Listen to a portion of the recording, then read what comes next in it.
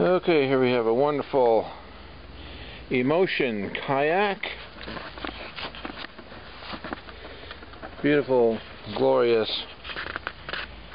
royal purple high back seat. Ample storage in the front. Let's open it up and see what it looks like. It's been so long I've been in there, I don't know. Plastic cover. Then it has the neoprene cover. And inside, there's plenty of room to store all the gear you could ever want. Sleeping bags, tents, etc., etc., etc.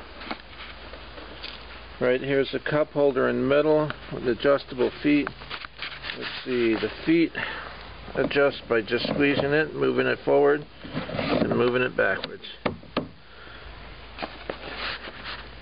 That little screw thing in the middle there, you can get a console attachment and turn it into a fishing kayak.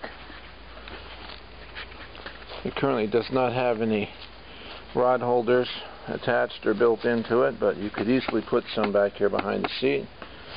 Got ample storage in the back with of course your drain over there. Handles are intact. It's slightly used by my wife, who loves it. It's extremely stable. It's very wide and smooth and fast in the water. There you go. Emotion kayak for sale. Could be yours.